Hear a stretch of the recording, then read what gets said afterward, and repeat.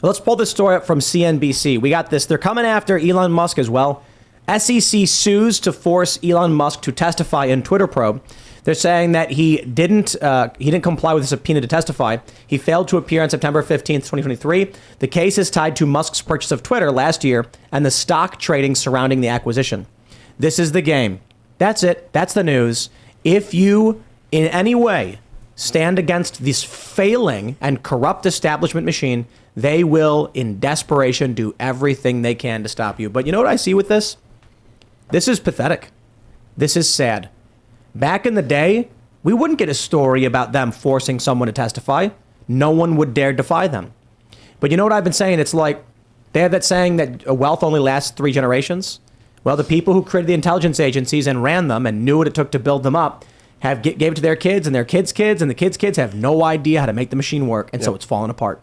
Good riddance. Well, and Elon, in his defense, claimed, hey, I've already testified numerous times about this acquisition. Not only that, it was probably the most scrutinized acquisition of a public company. Because anytime you're taking a public company private, I mean, the regulations to go through that process, especially when it's $44 billion, whatever it was, they are massive and monumental. And so this was already the most scrutinized acquisition in modern history. He already has been under the spotlight for this. And what really frustrates me about all this is that the SEC is choosing to have Elon testify. Meanwhile, we still have stuff revealed that has not been dealt with from the Twitter files. So instead of actually handling the corruption that was exposed under the previous leadership of Twitter, they're wanting to subpoena the guy and sue the guy who actually is trying to bring all that into the light and do their jobs for them. The SEC is a regulatory investigative body. They're supposed to be gatekeepers and accountability people for companies. And yet Elon actually did their job for them by investigating malfeasance that was happening in a public company.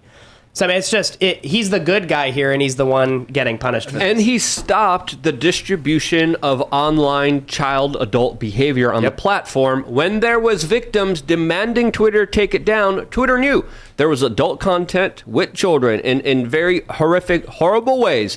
And they knew who it was. They had the child coming to them saying, please take this down, and they refused. Elon Musk came in and then finally told people exactly what was going on. He's allowing people to speak freely, and that's the issue here. He's actually doing something good that allows people to find out what's really happening in this world, and therefore he needs to be stopped. And I'm pretty sure the DOJ also opened an investigation into Tesla, was it? Yes. And like they're just harassing. Well, they're going after him for not hiring refugees, even though it's illegal to hire people who are not American citizens for your company. It doesn't matter what they're going. They're just going after him. They're just going after Mike Lindell. They're just going after Donald Trump. Why? Because they are all opponents of the current system. And it's a dangerous time. And the Newsweek article came out about how the FBI is going to be closely monitoring Trump allies and Trump supporters as we get closer to the 2024 election. They are trying to intimidate us. They are trying to break us. But I think the people are waking up. I think Joe Rogan was talking about the Mar-a-Lago valuation today. He's like, these people aren't even trying to hide their bullshit anymore. Like they don't even care anymore. But the American people, I think, are waking up. We need to continue to shed light on what's happening. And I think people like Elon is courageous. He's not going to back down. I think he's going to stand strong in the face of this. President Trump has obviously stood strong. But it's sick, and we can't let this stand. And I think whoever becomes the next Speaker of the House needs to deliver on the promise of finally holding these people accountable. Yes. How? What are they going to do, though? Well, you could start with a subpoena. How many subpoenas were sent so far in 9 months? Not too many. Yeah. And so bring people before Congress. The January 6th committee, I think it was a complete and total farce. But they subpoenaed 1,000 so-called witnesses. And in their 900-page report, only like 9 people were mentioned. But they had 1,000 witnesses. They harassed 1,000 Trump allies just for the hell of it. Meanwhile, we actually have real things that we can be going after, and we've sent out like 2 subpoenas. And so we need to actually hold people accountable. And I think we have people on the Judiciary Committee who want to get it done. We have people on Ways and Means and on Oversight that want to get it done, but we just need blessing from the top. And so we need to play by the rules of the January 6th committee did. Well, and we just need a Speaker Trump. There you go. That's a great idea. And if he flood the zone, like part of the thing is the SEC doesn't actually think Elon would ever be guilty of any of this. They know this is all a sham. They know it's a joke. Just like they know Mike Lindell, nothing's going to turn up in the audits. He's a huge company that's audited every year. They do it because they want to distract you. If they can distract the founder of Tesla from his work, they're hoping they can throw you off course. Then Republicans, we claim civility, so we don't dare flood the zone when we actually have legitimate cases. So we could actually bring forth continual judgments, multiple, every single day against these corrupt actors, and we don't because we stay civil, quote unquote. And it's not a winning strategy. We actually have the case on our side. The truth is on our side. All of our arguments have the virtue of being true. And so while the SEC is more antagonistic and militant than we are, they have no legs to stand on, and the opposite is true for us. So that's got to change. This is the problem with Kevin McCarthy. It was once again slow down their Democrats. Kevin McCarthy was negotiating with them behind the backs of the Republicans. There was no point in there being a majority. What do we have if the establishment Republicans and the Democrats are the exact same thing? It's funny because the Democrats are like, here's what we overtly want. The Republicans are like, hey, all those things are really bad. All right, is nobody looking? Okay, let's go vote for those things we really want. So it's got to change. And, I don't know if it ends up with Trump as the speaker. It'd be great. It'd be a dream come true. But I'll take obstruction over them doing the exact same thing they, over and over and over again and nothing happening. Yeah. I think outside of that is the right for too long. I think one of the reasons we're seeing this change is Donald Trump lit up a bunch of people who normally did not vote and have a different worldview than your traditional conservative.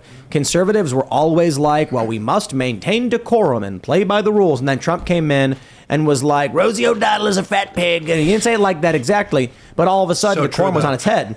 And regular people who never voted before were all of a sudden finding themselves aligned with the Republicans. Republicans got pissed, like, oh, well, I never. And so now you're seeing fighters. You're seeing people. I remember I was at an Occupy Wall Street march in Chicago, and it was like one of these ancillary protests they were doing. And they marched through South Halstead.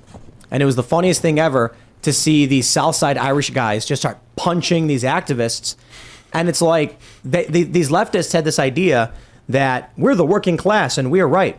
And the actual working class white dudes in the south side of Chicago were like, you're the elite scumbags causing our problems.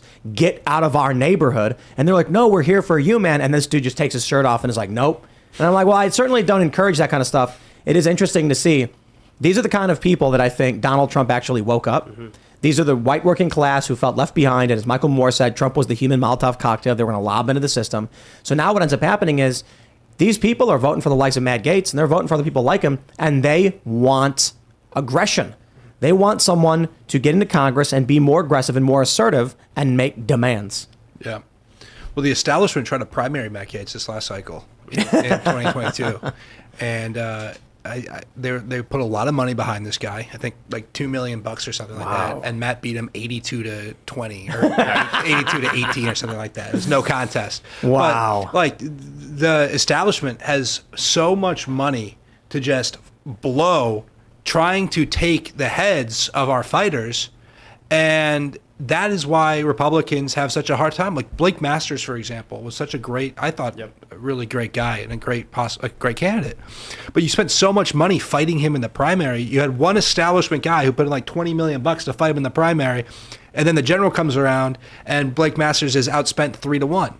4-1. Kerry Lake, same situation. $25 million against Kerry Lake in a primary, underfunding the general. The way it's supposed to work is you vote for your Republican who goes to Congress and says, we don't want, these books in our schools. And the leadership says, you got it. We'll ban it tomorrow. Just sign war funding. Funding for Ukraine, funding for Afghanistan. And they go, you got it, boss. So there are certain things that you must stand by. And then you can maybe get a little morsel here and there. And so we've got a bunch of people go to Congress, and they're basically like peasants on their knees begging, may I have another crumb, sir, from the establishment elites, who are like, I'll give you your crumb, but you must give me my $1 billion for bombs. And they go, yep, I don't want to fight. It's too scary. So far in this Republican primary for president, both primaries, Democrat or Republican, the Democrats have spent $35 million on ads. And on the Republican side, $139 million has been spent. 125 of that, or 120 million of that, has been against Trump, and Trump is at 65%, and everybody else is in single digits now. Wow. And the voting doesn't start for 3 more months. And so we're going to continue the establishment donors are to continue to light money on fire because they hate Trump. And then we're going to be severely underfunded come the general election because of the people's selfishness and the hatred of not just Trump, but the people that he brought into the party. And so the Democrats are just sitting back laughing at these jokers that are running. And, you know, the finances are actually incredibly important. Thanks for watching this clip from the Timcast IRL podcast. Hang out with us live Monday through Friday at 8 p.m. and become a member over at timcast.com for uncensored, members-only shows exclusive. Thanks for hanging out, and we'll see you all next time.